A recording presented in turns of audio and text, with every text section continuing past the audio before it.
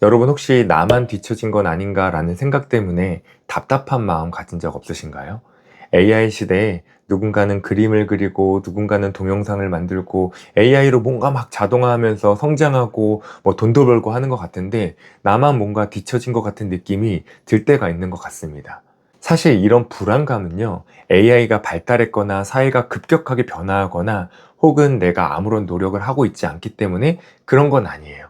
사실 이렇게 답답한 마음이 생기는 이유는 따로 있습니다.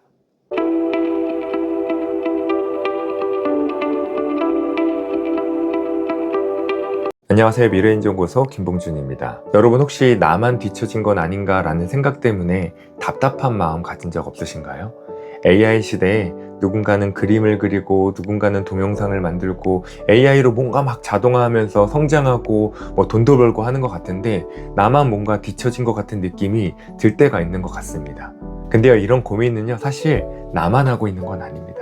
제가 만나는 수많은 사람들이 이런 비슷한 고민을 하고 계신 것 같더라고요. 이런 불안감은요, AI가 발달했거나 사회가 급격하게 변화하거나 혹은 내가 아무런 노력을 하고 있지 않기 때문에 그런 건 아니에요.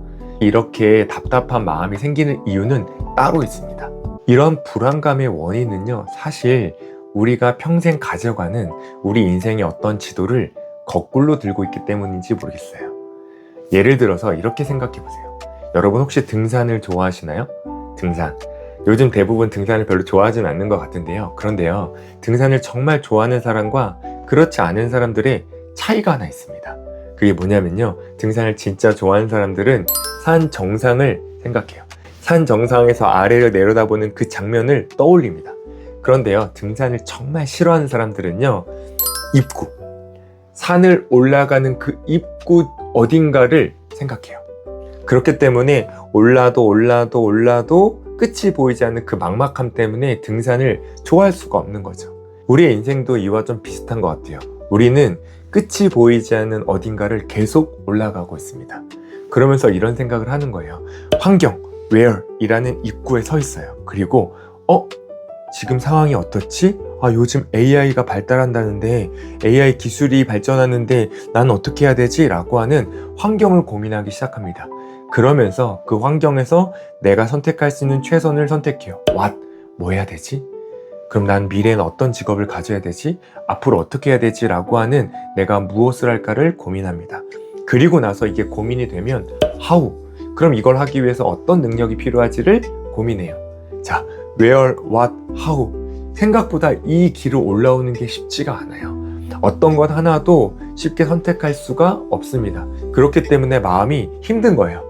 그런데 더 문제는 뭐냐면 이 where, what, how를 다 끝내고 그래, 난 이 능력을 키워서 이걸 해야지라고 무언가 직업을 얻거나 어떤 일정 영역에서 자기만의 커리어를 쌓아나가고 있으면 어느 순간 이런 언덕에 오르게 되는데 그 언덕이 뭐냐면 why예요.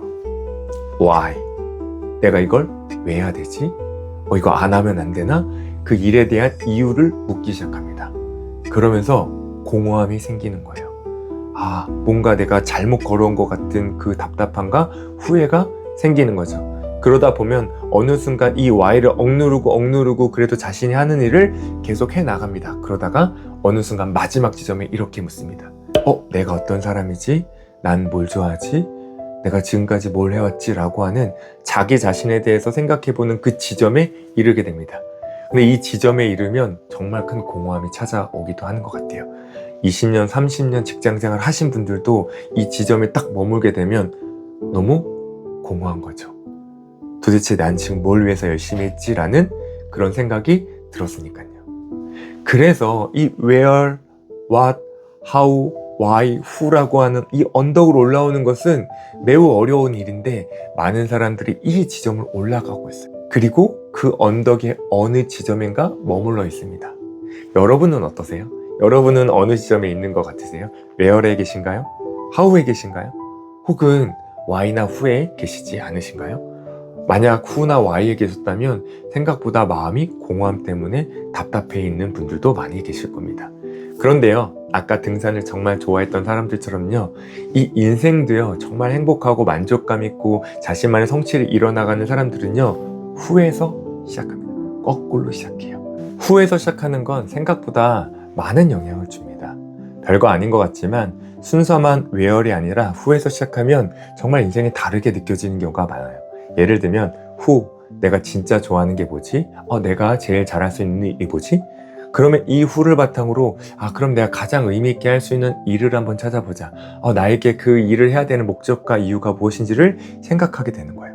그리고 자연스럽게 내적 동기가 부여되는 어떤 일들을 발견해 나갑니다.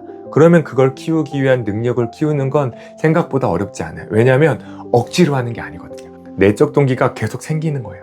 그래서 그 일을 만족하게 할 수 있고 그걸 열정적으로 노력할 수 있는 힘이 생기는 거죠. 그러면 능력이 생겨요. 그리고 나서 능력이 생기면 내가 뭘 해야 되는지를 정확하게 알 수 있습니다.